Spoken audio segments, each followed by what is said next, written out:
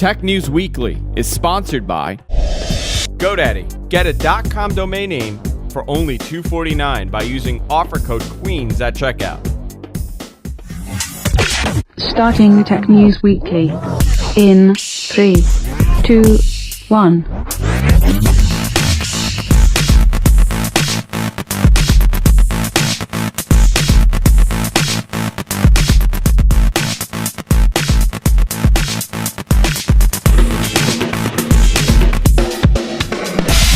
Hey everybody, welcome to Tech News Weekly. I'm Andrew Zarian, and this is a show where we recap everything happening in technology for the week. A lot of stuff going on. We're coming close to the end of the year. Last minute breaking news happening. So I have a panel with me. As always, I got John, as I do each and every week. How you doing, John? How's it going, Andrew? Not bad. And I got Nick from Radar Gaming. Nick Craig, also from Craig Digital Design. If you need a website made, you can go check it out at Craig Digital Design. He made a Roku app. Also, if you need a Roku app, if you're a podcaster and you're looking to get on Roku, he's the guy to contact. And affordable pricing, right, Nick? Yeah, the other thing, Roku is a good holiday gift. If you're trying to if you're in that $100 range for somebody, the Roku's a good choice. Got Netflix, Amazon Instant Video, all that stuff right on the Roku. It's a very good choice. $100. Yeah. I'm actually, I'm very close to cutting the cord. On What the Tech, we were talking about cord cutting. We were talking about cable expenses, and Paul was talking about how he is saving $150 a month from switching from Fios to Comcast. And I was looking at my bill, and my bill is like $320 a month. So I may cut the cord in 2014 and just put Roku boxes in every room. That's it. Yep. I mean, that's the best way to do it. John's a cord cutter. To a degree, yes. To a degree. So before we go into the news, a couple things. I do want to thank our sponsor, and that's GoDaddy. They have a phenomenal deal for our audience. I know almost everybody has bought a GoDaddy domain name at one point. If you're buying domain names, you're definitely buying it on GoDaddy. And they have a phenomenal deal for the TNW audience. If you use offer code QUEENS199 at GoDaddy at checkout, on a .com domain name, it's $1.99. And, I mean, that's a phenomenal deal considering there are some domain companies out there charging you $15, $16, $17 for a domain name. I like to buy a lot of domain names. I think everybody that has followed the network and followed the shows, I have over 200 domain names. And some of them are with GoDaddy, some of them are with some other places. But overall, I look at it as 21st century real estate. And I'll tell you why. My wife had a domain name that she had an idea for a business, so we got the domain name. We did nothing with the website. I got an email from GoDaddy offering to buy it. There was somebody that wanted to buy the website, and it was a couple $1,000s. I mean, I technically spent $6-7 at that time, and I sold it for a couple grand, which is insane if you think about it. That's why I like to call it 21st century real estate. And you can get a domain name. Go to GoDaddy.com. When you're checking out, use the offer code QUEENS199, and you get a .com domain name for $1.99. Phenomenal deal. Absolutely love them. I want to thank GoDaddy for supporting Tech News Weekly. So before we go into the news, let's talk about my adventure with this phone, the LG G2. I bought it about 2 weeks ago. I had the first weekend with this phone without anything else. I went upstate. I went skiing at Hunter Mountain. And the only thing I took with me was the phone. I didn't take a laptop. I didn't take the iPad, nothing. I was very impressed with the battery life. I was very impressed with the way that just getting stuff done on this phone. You know, I had a Nexus, Google Galaxy Nexus from Verizon for 2 years, and a lot has changed in 2 years. This is a large screen, so I was able to experience using this phone exclusively, and I'm really impressed with the battery life. I'm impressed with the way that it handles just everything that I was doing on here. But before I went away, I made a little mistake, guys. Little boo-boo. I tried to update the ROM, and when I was updating the ROM, because I had rooted it prior, I somehow deleted everything on the phone. I mean, it was just, I wiped everything off. Thanks to the help of Brian, one of our friends that watches the show. I don't know if he's in the chat room or not. Brian was able to recover everything on my phone. So we hooked up the LG software and we did all the updates. So now I'm back to stock. I'm not rooting it yet. I'll probably root it. And I'm running it as stock. And you know what? It's not as awful as I initially thought it would be. It's running an older version of Android. It's 4.2. I'm still annoyed at that. I'm hoping it gets 4.4 soon. But I have to tell you guys, I kind of like it. And I'm kind of turning on this anti-Android mentality that I have had. My problem with it's not the software. My problem is with the fact that the carriers and the manufacturers are not putting the latest version of Android on here. But this is a great phone. It's a phenomenal phone. And Nick has heard me rant tons of times about Android, so I think he'll be happy to hear me say something positive about it. Something interesting, Andrew. The issue with Android phones is depending, no matter what carrier you're on, Verizon, T-Mobile, Sprint, AT&T, they have their own ROM that's got, their AT&T maps or Verizon maps or whatever, Sure. AT&T contacts. Why is it that Apple can get away with controlling the OS on their side and pushing the updates, and Samsung doesn't go, hey, AT&T, I'm done with you. I want to release my own ROM and send it to the customers when it's ready, because Samsung sends it to AT&T. AT&T adds their bloatware to it, and then they wait 3 or 4 months or sometimes 6 or 7 months to release it to you. So I'm wondering why carriers like or phone providers like Samsung and LG and HTC haven't said, no, we're done with the carriers. We're just going to release our own updates. I think part of that was, that was the initial problem. Why why the iPhone was not on Verizon. Initially, they had wanted to go on Verizon, but Verizon wanted to do the bloatware and they wanted to control the updates, so they went to AT&T, and they kind of had leverage because this was the first of its kind. So I think that has something to do with it. The fact that it never had it, so it never will. But with Android, it's really become a bastardized operating system where everybody's doing their own little thing on there. It's all over the place. The bloatware, yeah, this thing has a ton of bloatware, which I still need to remove. But the only way to remove the bloatware is with rooting it, and you got to install like a secondary software to uninstall it, and that is insane.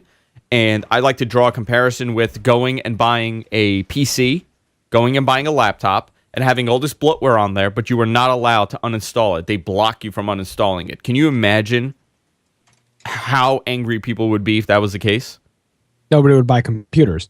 I mean, it'd be devastating because sometimes, I recently had a relative that bought a computer, and it was running 180 processes in the background. Oh my God. This is out of the box. Nothing was changed.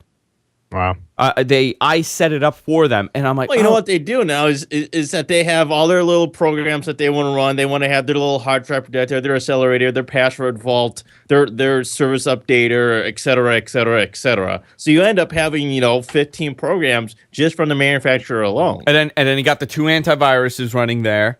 You have always two. I mean, it is insane. And I just sat there. I'm like, I've never seen it this bad. And this was a mid-range computer, an i5, and the thing couldn't even, it was just totally sluggish.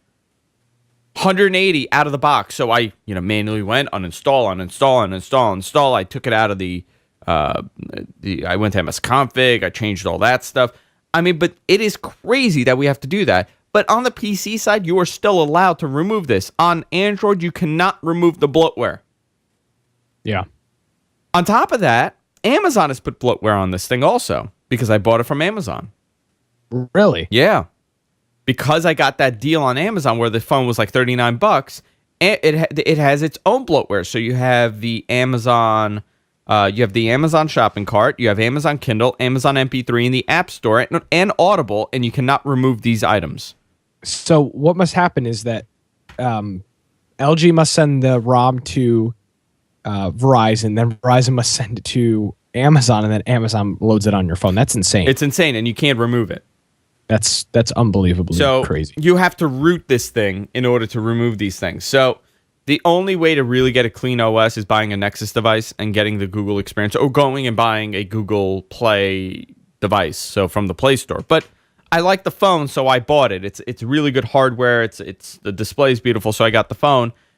And the Nexus 5 is not available on Verizon, so that also played into why I got it. But little update, I'm going to be giving these updates for the next couple of weeks because I think people like to know, what's happening and how I'm liking it. Sometimes I like it, sometimes I don't, so it changes. One more question for you guys. Yeah, go ahead, John. I'm just wondering whether or not you guys think that in some small way, at least initially right now, Android is kind of mimicking the path that Windows Mobile was on, in the sense where Windows Mobile, at the end of its lifespan, was so customizable by carriers that it just ended up being uninteresting to anybody that would possibly purchase it. I think that was the only thing that made it interesting to people to purchase. HTC did a phenomenal job with Windows Mobile compared to what it was, and Windows Mobile was awful. I mean, let's not forget that. But HTC with the Sense UI made it into something that was somewhat appealing to people.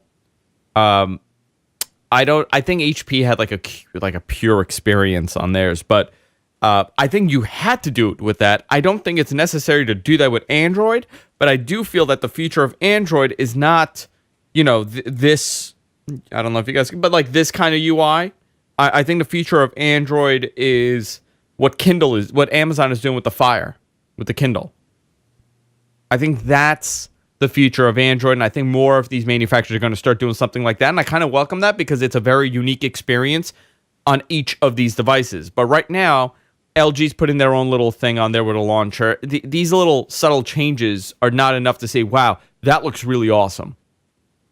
I still think Android is Android, no matter what you buy, but sometimes it's a little better and sometimes it's a little worse. I also feel as though that just because it is customizable, the carriers are going to, and manufacturers are going to abuse it to the point where they stuff so much, like you said, on it that nobody really wants to buy it anymore.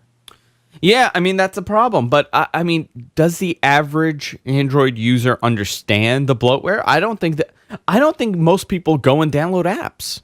I really don't think. I think they just use whatever's on the phone and that's it.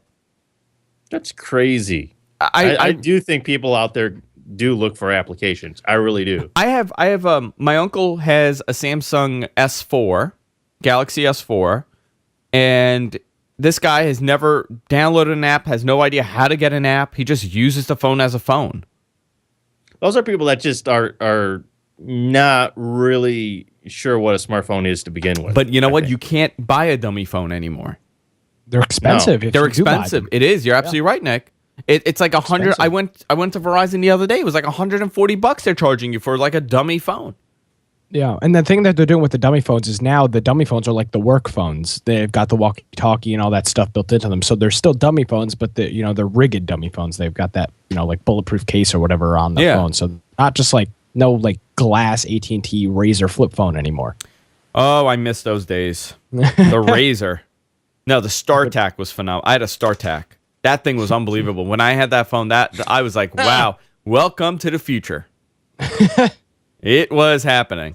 Since we're on the Google topic, let's talk about Google rumored to launch a new set-top box. No more Google TV. It is now Android TV, and the Android... No, Nexus. It's under the Nexus brand. Yeah, okay. So it was a Google TV. Then they were saying like, well, it's Android now. They're going to Android, no more Google. Now they're going to Nexus. It is now the Nexus Set Top Box, and it's rumored that the box will come in the first half of 2014. Previous rumors have noted that the TV is connecting hardware focusing on video conferencing and gaming.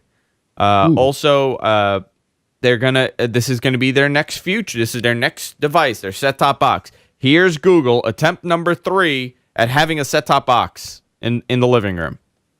What do we think of this? Not gonna work. Why? I don't know. They just can't seem to get together here. I mean, it's the fact that they're gonna come out with something and then 2 months later they're gonna decide, oh well, this isn't really anything that is gonna work out long term, so we're just gonna leave it on the back burner and never really ever do anything with it again. I mean, look, that's what they've done with Chromecast. That's what they did with Google TV. You might see some sort of second attempt at redoing it again, but ultimately it'll have a lack of resources from Google. I mean, they're going to launch it, but then it'll just kind of languish. Nikki in our chat room says, throwing darts to see what sticks, and I feel that that's been... Actually, no, this is attempt number 4, but didn't we have that thing, the Q? Oh, yeah, that thing with looked like an octopus, right? Yeah, so this is the 4th attempt. That was audio only, though. It was audio only, yeah, which was weird.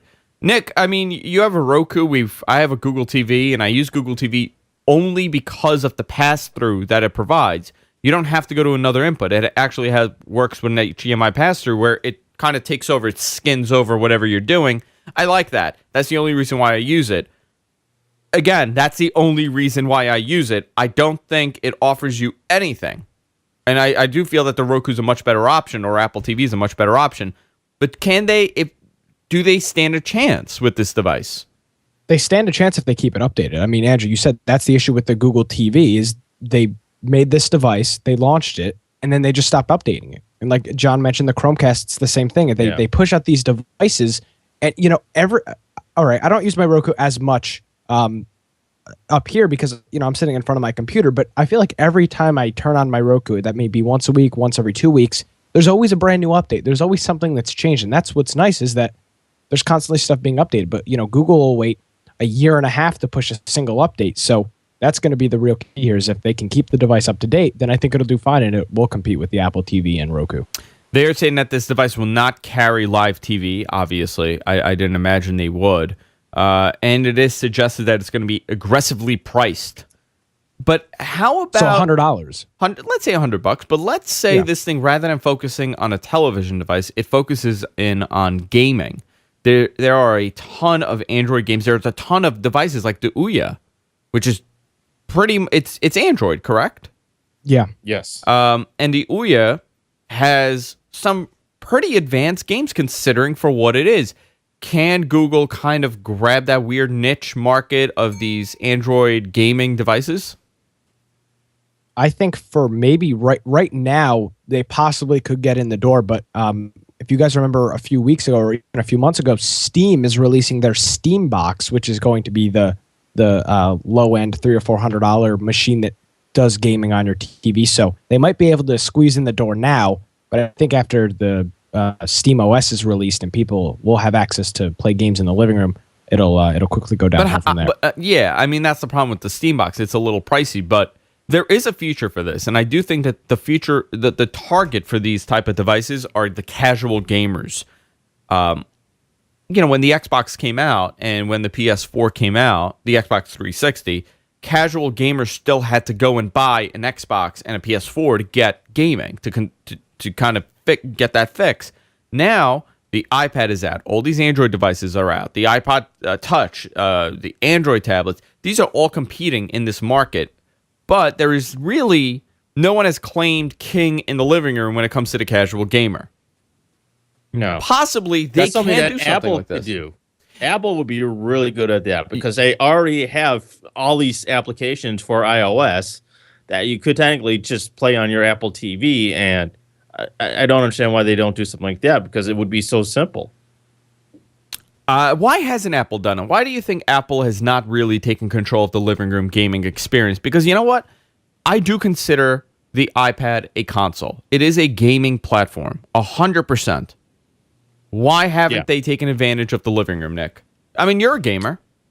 I kind of feel like there's got to be a reason they're straying away from it. I mean, Apple is in the business for making money, just like any other company. So they must have thrown this on the drawing board at one point and saw, we either can't make this machine powerful enough with keeping the price low, or it's something that's short term. Everybody buys this device just similar to the Chromecast. People buy it, but then nobody uses it.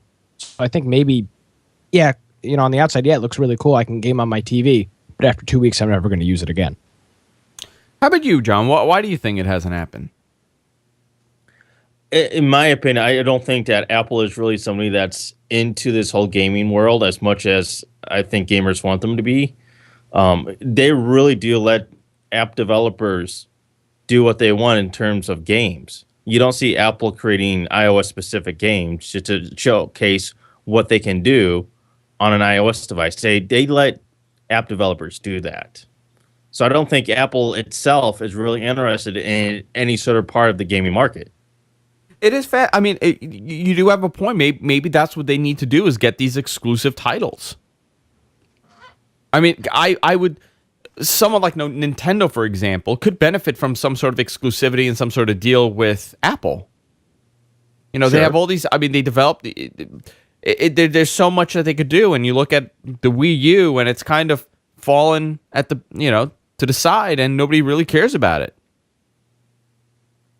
It's interesting. I mean, it's an interesting device, and I'm hoping something positive comes out of this Nexus device. I'm hoping something positive comes out of further development of this platform, because I do think that they do a decent job and they're onto something with the pass-through system.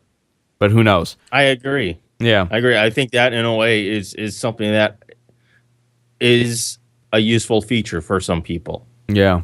It just makes things easier. I still hate having to do input 1, input 2. Even with Chromecast, you still have to go to a different input on your TV just to use Chromecast. Yeah. And it's a total inconvenience. It is. Absolutely. You got to find that stupid remote that's specifically for your TV, because your cable remote doesn't have an input button on it. Awful. So if you've lost that remote, you're screwed. Yeah, pretty much. John, go into this NSA story. It's fascinating, and I'm sure Nick could comment on this too, because it he does go on Xbox Live and he does play games, and it's fascinating that they're hunting for terrorists on the gaming front. Yeah, this is in. NSA has really been a hot topic the last couple of weeks, and we always keep hearing about NSA is also spying on this, NSA is also spying on this. Well, this week we've learned that they're doing a lot of different stuff to spy on us, or reportedly spy on us. We don't know if it's true or not. Nobody will really confirm. Of course, it's the NSA, and Microsoft says no. But NSA is reportedly infiltrating Xbox Live and World of Warcraft in order to hunt for terrorists, such as the Hezbollah. Apparently, they say that there's a general sense that online games could be used as communication hubs by evildoers, and as well as some evidence that Hezbollah has actually developed its own game for the purpose of recruitment. So now you have the NSA spying and actually sending agents into these gaming platforms to see what is actually going on and kind of spy on us. They're also using Google cookies and leaked mobile data location to try and target hackers as well. So this is something that I think is a very big topic, is NSA spying. You've got a lot of people out there that are saying we need to have some sort of surveillance reform, and we're really worried. This all really kicked off when Edward Snowden started leaking all those documents earlier this year. Is Warcraft? I mean, what are they? What? I mean, this is something like you would see out in the movies, right? All these terrorists. I mean, Hezbollah, Hezbollah is sitting in World of Warcraft and leveling up the character to level 80, and they're talking about what they're planning on doing. I mean, it is a little far-fetched, right? I guess part of what it is that they're worried about is recruitment, is that they're going around looking for people that are gamers that kind of have these maybe more violent tendencies, or playing violent video games, so are really into the first-person shooters and all that stuff, trying to maybe recruit them for terrorist activity. I mean, listen, it is a fascinating way to do it. Could it be done? Absolutely. Is it being done? Who knows? I mean, Nick, you go on these online platforms. I just imagine these things filled with a bunch of 9-year-olds, calling each other names. That's pretty much what it is. I don't think this recruitment thing. I mean, when you think about it, it's really a good idea. I mean, think about it. The NSA is going to be spying on video games to check for people recruiting. It's a good idea, but I mean, in retrospect, I mean, you're going to recruit some 9-year-old to build a bomb? Like, I don't think so. I don't think it works like that. I think it's fascinating that this just shows that they are attempting to kind of do surveillance on every type of communication method. I mean, even in gaming chat. I mean, that's crazy. I mean, that's the last place that you would imagine it to happen. But you know what? If it's happening there, and all they need is one story where they caught somebody on Warcraft. Yep. A level 80 paladin. But I mean, the bigger story is that everything is under surveillance now. Everything. Yeah. And I think that's the bigger problem here, is that it seems like there's an overabundance of spying. I mean, there's an argument on both sides. Domestic spying is and I think that's the big part, is that people are okay with spying. I mean, the whole point is that we're keeping track of terrorists outside of the United States, or terrorists inside the United States. We don't expect us domestically to be spied upon regularly every day or every few weeks, that our communications are constantly being monitored by the NSA. And that kind of seems to be what's going on here, or at least is being reported, that we've have all these multiple stories, all these different ways that we're hearing that the NSA is using some sort of data, whether it be our smartphone, GPS, video games, or whatever. They're trying to spy on us using our email, our telephones, all that stuff. It's just like, where does this stop? Yeah, I mean, If that is what they're doing. And I mean, how long has it been going on? Technically, we don't know that. We don't know how Some long of the this stuff has been they're going saying on. that this NSA has been monitoring online gaming community since 2008. Yeah, I mean that's a long time. There are 8 now tech giants, including Apple, that are calling on the U.S. government to curb surveillance. Yeah, who's involved? Got, Apple, Microsoft, Twitter, Google, AOL, Yahoo, LinkedIn, Facebook. I think that was most of them, right? Yeah, they're all calling for a reform government surveillance campaign. They're looking to have the government actually lead this. And I guess the Obama administration is now saying that they are interested in asking Congress to do some sort of NSA reform. Yeah, I mean the bigger Whether that'll picture. actually get done, because here's my concern is that something like this is, and because I just don't trust anybody at this point with how much stuff we've heard about. It's very hard to trust anything anybody says, whether what they're saying is true or not, whether or not the reform takes place, and it's not just something that is just complete lie where we're saying that, oh yeah, we did this reform, but we've just made it more hush hush. I also think this tightened the lid is the beginning of the end of anonymity on the internet. That has been a huge thing. People want to be anonymous. People want to be able to create whatever username they want. That's a big problem with the YouTube commenting system, right? People are up in arms that they have to use their real name to comment. But to an extent, in order for us to have some sort of civility on the internet, we have to compromise on anonymity. There's a lot of bad stuff that happens because of anonymity on the internet. Sure. Listen, if you act like a decent person on the internet, and I'm talking about being anonymous, right? I'm talking about for the people that are up in arms. The people that are up in arms are not the people going around and being decent people. People that are up in arms are the ones that are just brutal on the internet. Those are the people that want to stay anonymous. Of course, there's a story where if I have a complaint about something, I want to be able to address that complaint, post about it, and be anonymous. There are places to do that, but I don't think YouTube commenting is that. I don't think Facebook is that. I don't think Twitter is that place. I think what it ends up being is that there just appears at this point, I don't know if it's true or not, because I don't know all the facts. I don't have all the classified documents to know whether or not. But it appears as though there's just an overreaching limit of NSA domestically spying. And we're just looking for some sort of balance and some sort of limits on what data can be collected. Listen, Nick, you're a young guy. I have a different mentality on this, on anonymity. Not so much the NSA stuff, but with anonymity on the internet, because I don't think I have felt anonymous on the internet, because I do a show. My username is Andrew Zarian. My Twitter is Andrew Zarian. I'm pretty public with everything that I do. But for people in your generation, what does an anonymity mean on the internet? Does it exist for them? Is it something that they want?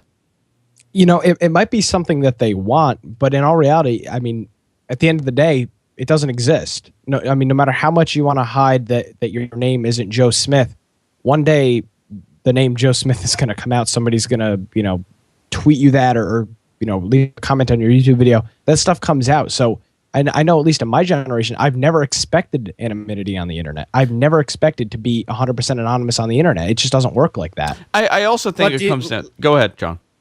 Do you expect the fact that for the government to be able to have a list of every single email that you've ever received, every single website that you've ever been to, every single thing that you've ever bought on Amazon, that sort of information? Do you think that goes too far? No, I believe that goes too far. I do, because that's being extremely intrusive of your personal life, and the way, this is how I see it. Okay, if I did it outside of the internet, do I expect to be anonymous? If I went to the store and bought something cash, do I expect there not to be a tie to me? Yeah, kind of, right? If you're going and buying something cash, you're not going to get a credit card slip, and it's not going to say where you were at that time. At times you kind of want to be anonymous. you do have that in your private life. If John is sitting in my living room and we're talking, we don't have a Connect on, so there's nothing listening to our conversation. We are having a private conversation. So I do expect that to an extent. If I'm talking to John on Skype and we're talking about the weather, I kind of expect that to be a private discussion. But with the internet, everything is traced. Everything that I do on the internet, I consider it to be out there. But do you expect them to also have a database of this readily available to be searched by the government? Yeah, well, for whatever reason they deem necessary. I mean, but again, I don't know. I don't know. I'm weird on this. I feel strange about the entire thing because what are they looking for, and how could it affect me later on? What if I went and got a government job? What if I got a civil servant job working for the state and they start looking back at this database? You know, now it's getting like, well, Andrew goes to these type of websites. Andrew's going to a very conservative website. Andrew's going to a very left-wing website. These things could be used for other things other than hunting terrorists if it's in a database. Right. Yeah, for sure. I mean, that's the big picture in this. I mean, John, now, I mean, let's say you go to work for the post office. That's a government job.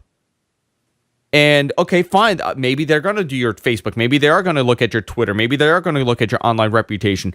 But maybe they have access to that online database with everything that you have searched for. That is the bigger concern here. Not so much they're listening in on this, they're checking in on this and this website. The bigger picture is if they are building a database, every American is now, all their information is provided. And I'm not saying they are. I'm saying if this happens, that could be used against you to get a job or whatever. You know, there's a lot of scenarios that this could be used. Right now, who knows what they're using it for? We don't know. We don't know what exactly they're listening in on. But the bigger picture is there's been a number of reports here that just really kills the trust that you have with the government, because you've had numerous reports of the NSA spying. I mean, all the way back from Prism and all the stuff that they're doing with Prism or did with Prism. And the fact that they'll go on Capitol Hill and say, oh, we never did that, yet you'll have a report that, yet they actually did. And they'll kind of backhandedly say, yeah, we kind of did that, but I mean, here's also the thing, okay? I mean, a lot of people are concerned over the NSA situation, but why don't we look at the smaller things that we do, like Facebook, like Foursquare. We post wherever we are. We allow GPS tracking on all our devices. So, I mean, Google... on my phone, if I go to Google with Google Maps, I could actually trace where I've gone the most, and it creates like a map where I've gone that year. How about, okay, fine, maybe Google's not going to use it, but let's say, and I've used this example a bunch of times, okay? You know the application where you could ping where your car is? Like, it'll tell you where you parked your car? I consider that to be one of the most dangerous applications out there, and I'll tell you why. You enable GPS on an application from a third party that you have no idea what they're doing with that information and who they are. You're telling this exact device that you are not home because it knows where your house is. You are also telling this device where your car is parked. All this information is going out there. I mean, that is a total crazy thing to do. Would you give a stranger total access to your daily habits? No. If I asked you, where are you parking your car? I just walk up to you. Hey, John. Hey, you're John, right? Hey, where you parked your car in 5C, right? Okay, see you later. You're going to look at me like, how do you know that? We're providing all this information to third parties that we have no idea what they're doing with. And I consider that far more dangerous than Google having the information or Apple having the information. There's some sort of accountability that stands with these large companies. There's really no accountability that stands with, some random app developer. It's a fascinating time that we're in, because this is the change of the internet. The internet that we know of today will not be the internet that we know of in 10 years. That's so sad. It's gone. That entire that is gone. And what it becomes is, we don't know. I mean, it's going to be dictated based on, government policies, and it's going to be dictated based on what we do. I mean, what the users do and what we say we're going to do at the end. I am so happy and lucky that the internet was not what it was when I was in high school. because That's the issue. it would haunt me till now. I mean, once it's on there, it's on there. And I see things that my younger brothers, their friends are putting on there. I see things that they were saying on Twitter. Nick, you're an exception because you're far older than you seem mentally. You're pretty careful what you do, but it is terrifying to see what people are saying on there. And this stuff will come. It is being stored somewhere.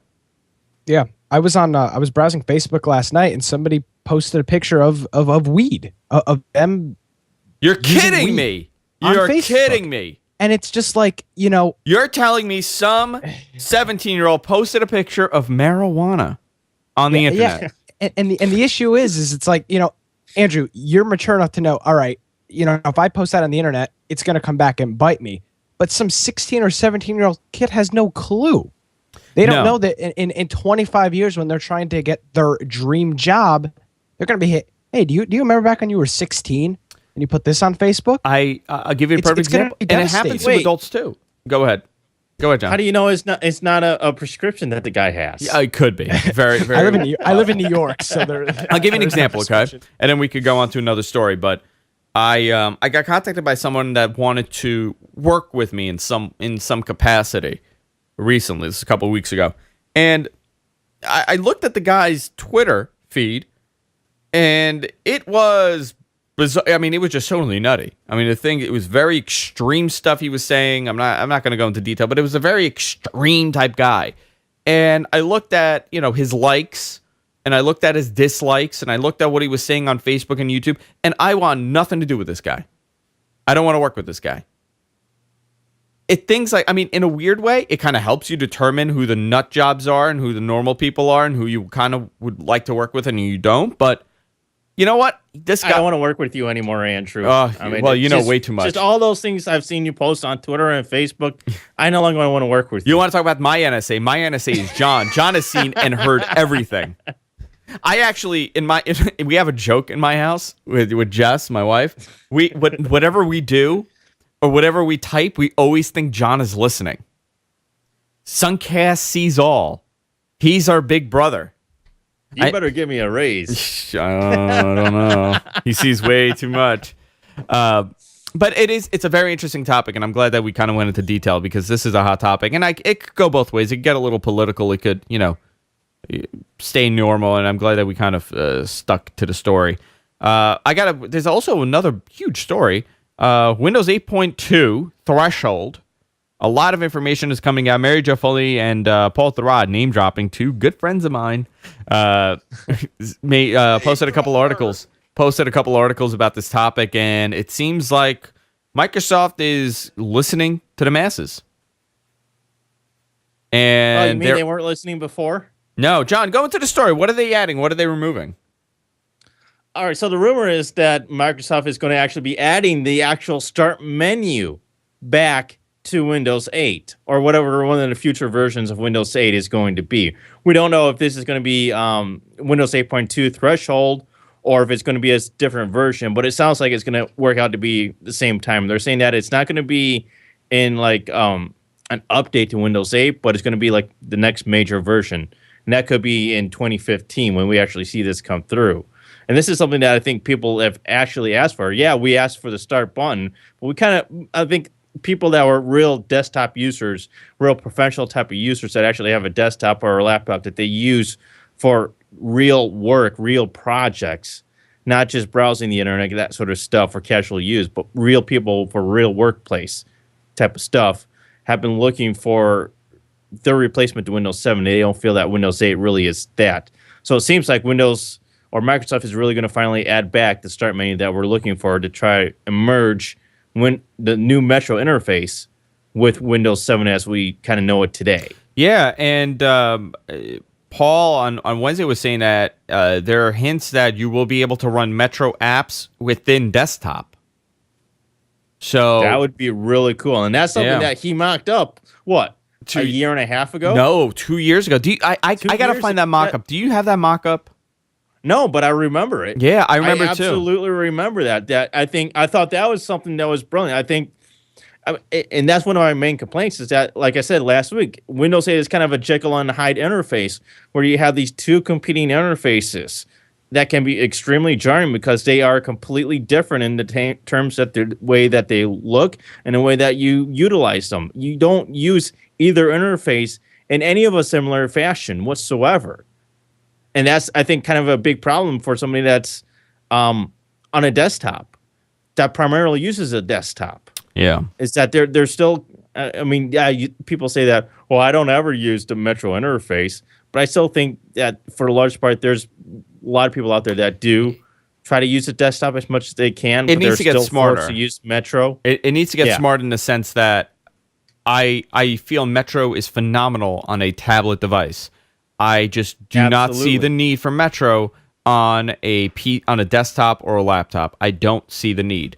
And I don't think the design is horrible. I'm fine with the design, but I just think it needs to be a little bit more traditional as what we are used to with Windows 7, where if the start menu flew out and was in a sort of modular overlay, such as what you see with Metro interface, if you had that design kind of just pop out, not actually just take over your entire screen. I think that would be a much better look for somebody that's a desktop user, because those type of people tend to stick to the desktop and want nothing to do with this full screen experience. Nick, what do you think of this?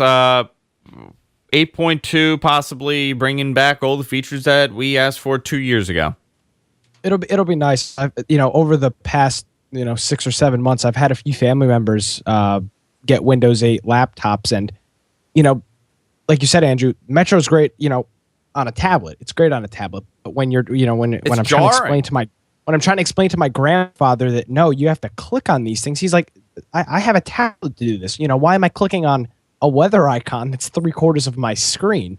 It's a little stupid. And like you said, it needs to become smarter. And I think that these changes with the smart menu is going to finally make it so that you don't have to use Metro at all, because for a lot of people, it's useless. And for a lot of older people that are getting new laptops, it's even more useless because they don't even understand what's going on. The transition to a tablet is the future of these devices. I do feel that the average person, the I don't want to say low-end user, but the person that is being introduced to a computer now is most likely buying a tablet. Actually, they're most likely buying a smartphone, and then they're buying a tablet, and then they're getting a laptop. I have seen people that have never used a computer understand iOS. Why? Because it is easy for them to click on stuff with their finger. When you put a keyboard in front of them, it gets really confusing. I think that is the disconnect for a lot of people with the keyboard and mouse. But for people that are advanced a little bit, I don't know if Metro is the way to go. I think this hybrid type Frankenstein operating system is not necessarily the future of computing. I think the future of computing obviously is the tablet, but for the power user, it is a turnoff. And I'm glad that Microsoft is realizing this. And I also think Microsoft is realizing this is because Enterprise has not been very happy with Microsoft's direction with Windows 8. And these are companies that within the next year or two will most likely be upgrading. And what are they going to go to? I do not see these companies going and utilizing By the way, Metro. did you see that Microsoft did change the end of life date for Windows 7? They extended it, yeah. What did they change it to? I don't remember what they changed it to. I just saw 2120. When was it supposed to expire? 2015? Was it 2015? I think so. I knew it was somewhat recently. I can't remember either. Yeah, I can't remember what it was, but they did extend it. So, I mean, that was expected. Let's go into the Nokia story. This is bizarre in a weird way. Nokia Normandy, rumored to be a low-end Android-based phone. It's most likely a Aja device. Aja is their emerging market or budget phone. And they have Android, and there is a report coming out that they will be releasing an Android-based device due in 2014. Now, the bizarre part of the story is that Nokia is now part of Microsoft.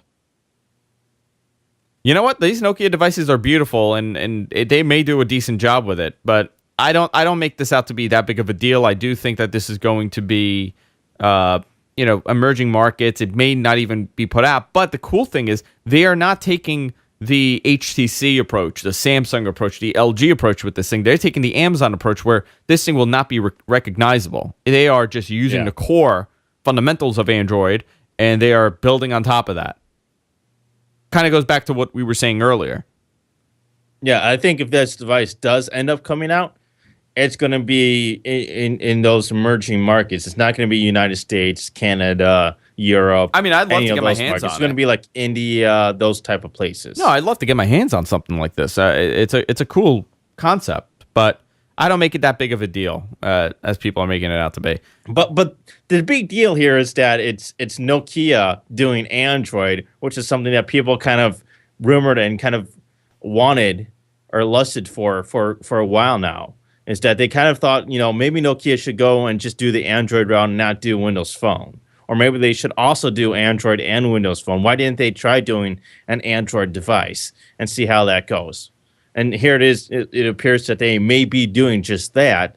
However, I feel that because this is the low budget device, it's probably not going to be for a market that the people that are actually really looking for a Nokia Android device is going to be released for. Yeah, it's interesting. Quick story. Instagram also debuts direct messaging. I used it on my phone. This is kind of competing with the Snapchat stuff. And it's weird. Like, you could do group messages. You could do group direct messages. You can send a message up to 15 people, correct? Yeah. Yeah, you can send it to a bunch of people. Yeah. And these are these video messages or picture messages or just text both. messages? Both. You can do a picture or a video, but not just text. Not just text. Okay. Yeah. So that was a quick story. John, anything else before we do our... go into the Amazon store, and then we'll do our picks. This is something I think is really interesting. Amazon is tipped to launch online wholesale store called Pantry in 2014. Where it's going to be a warehouse store, kind of like Costco. They're going to sell about 2,000 different grocery products that you can order online. It'll be available to Prime members, and you can order it, and it'll just ship right to you. So it's called Pantry. And you'll be able to fill up a box with Pantry goods that the retailer will ship for a nominal fee, assuming you are within the weight limit. Interesting. And this is competing with Costco and BJ's and all those, large bulk purchase stores. I think that's kind of the problem with a lot of the online grocery delivery places out there, such as I think it's Podpee or something like that. And there's another one that's doing an online grocery delivery type of thing. Is that they don't have a large network of delivery. You're only seeing this in very localized cities. Whereas Amazon, this is something that I think they could do on a very large scale and offer to anybody that's a Prime member. Yeah. In the United States, which I think would be a huge leap forward in online grocery delivery. Well, I mean, I've done online grocery delivery for years. I did Fresh Direct like 10 years ago. And the problem was that they're a little pricey. Even Peapod, I think it was called. I never did them, but they were all of them are just a little pricey. And the way that they were getting people to buy it is that they were giving you half off your first order.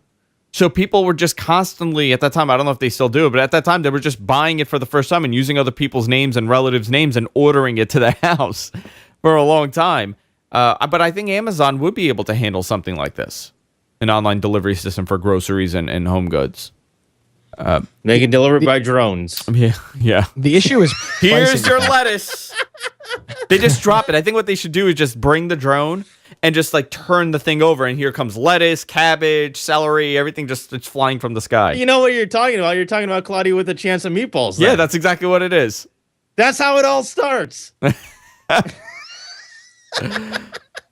Let's see what else. YouTube put out a list of the 2013 top 10 viral videos. I'll go. Number 10 is Mozart versus Skrillex. Number 9, the NFL, a bad lip reading. I don't know what this word is. Telekinetic. What does it mean to teleconnect? I don't think anybody got that reference. What does it mean to play us out? Teleconnect coffee shop surprise. YOLO song. Volvo trucks. Baby and Me. Split by Van Damme. Baby and Me, the new Evian film. The Miley Cyrus Wrecking Ball chat roulette version is That was number funny, 4. actually. That was a really good. That was weird. How Animals Eat Their Food, That's a really which I funny saw that one, one. too. The Harlem Shake, the original Which one? Army edition. Oh, the original. Yeah, and What Does the Fox Say? Number 1. I have YouTube. only heard of maybe 5 or 6 of these. I think I've probably seen them all. You know what's something interesting about Yeah. that? You look at something like Harlem Shake, which happened towards the beginning of the year, and then above that is that Fox song, which is somewhat recent. I It mean, came it's out only like been during a the few summer. months. Yeah. Yeah, that's a really recent thing, and it's quickly number one of YouTube most watched. I'm or whatever sorry, it but was. that's the stupidest video I've ever seen. What does the Fox say? Yeah. You know they I think they're Swedish, right? They're Swedish. Sure. They're a comedy duo, and they have this huge Oh, it's career awful. there. Yeah. I'd rather listen to Miley Cyrus on repeat than that stupid Fox Say song. I would Whatever rather that is. I would rather watch anything I with the would word slit yellow my in. throat if I had to listen to a song more than once. You hate it that much, huh? Yeah, I do. Something's not right there. You're a little too angry about this. All right, guys, What can I say? I'm passionate. let's do our picks of the week. This is the part of the show where we talk about a tech device, a website, a product, anything that comes to mind that we like this week. John, you want to go first with your pick of the week? Yeah, you can pull it up right on your computer or whatever. Yes, I can. So there's this a printing company in New York called Fine Print NYC, and I found them the other day. But they actually have a blog, and this is something that I'm always doing. I'm always going around looking for inspiration for graphics, that sort of stuff, some sort of art. And this Fine Print NYC blog is really freaking cool. They have a lot of cool stuff on here. It's always updated. They have and if you go to the very last post, that's one of my favorites. This genius negative space illustrations. That is just one of the most brilliant things I've ever seen is the use of negative space. And this is really great for inspiration. So if you're a graphic designer, you're trying to come up with some ideas or see what maybe some of the trends are, see what really is, high art these days online. This is a very cool blog. It's Fine Print NYC. And this is a company that I've looked at a little bit. It's really cool. They even have some posts about NYC on there. The new what is it, Penn Station there that they have. They're looking at some new plans for that. Yeah. They have an article on there about the new Penn Station designs that they're thinking of doing, which is really cool.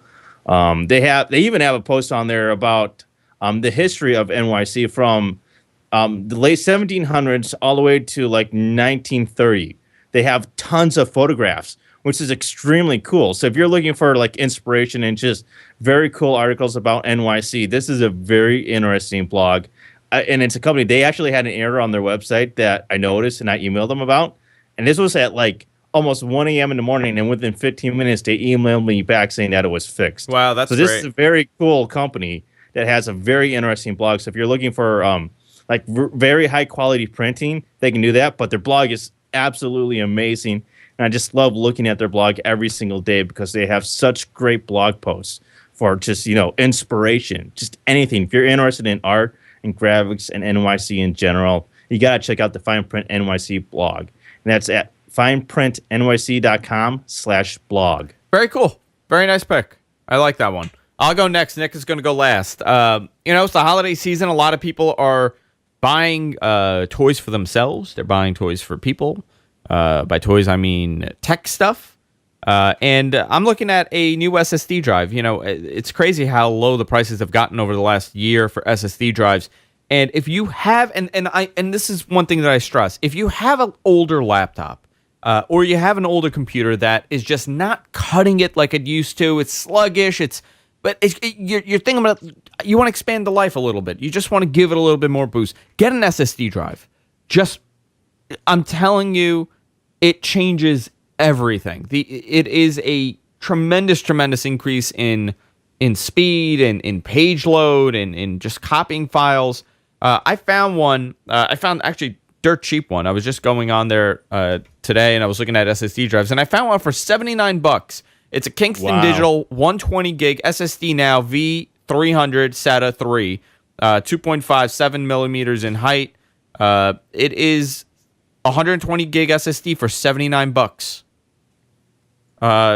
Just really good. I mean, if you want a 240 gig, obviously you could get that. That's a little bit more. It's $154, still good. 480 gigs for $399. If you just want a 60 gig, it's $52 for a 60 gig. I mean, just really dirt cheap prices on SSD drives. And again, if you're looking to expand the life of the laptop or desktop, get an SSD drive. It is just totally worth it. Even your dog agrees. Even my dog agrees, of course, because it's the end of the show and he has to bark. Nick, what's your pick of the week?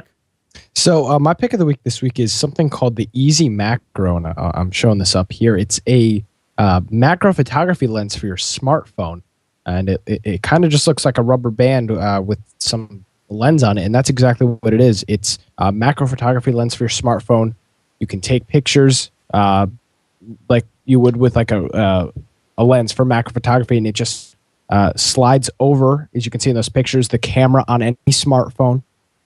You get close to the device, maybe a dollar bill or a quarter or something like that, and it lets you take macro photography pictures without having to spend a lot of money on a DSLR and then a lens or some other type of camera to take macro photography pictures. So it's definitely a cool pick, and it's only $15 on their website at easy-macro.com. So if you're into photography, this is a cool little gift.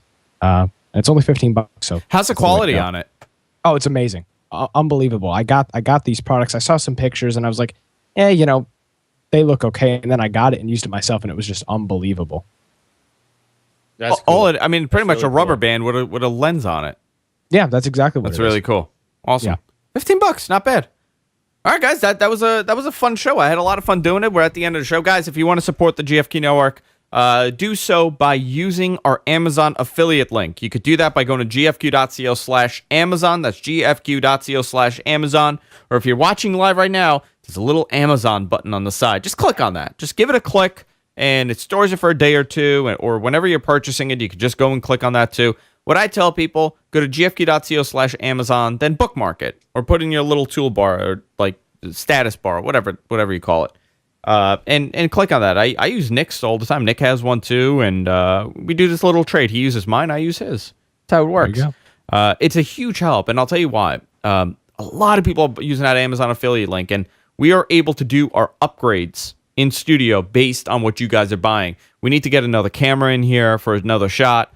We need to get another microphone in here, and we just use the Amazon credits that we're building up to do these upgrades. So if you want to support the network, you could do so by using our Amazon link. Again, that's gfq.co/Amazon. You can follow me on Twitter at Andrew Zarian. John is on Twitter at Suncast. And Nick is Radar Gaming?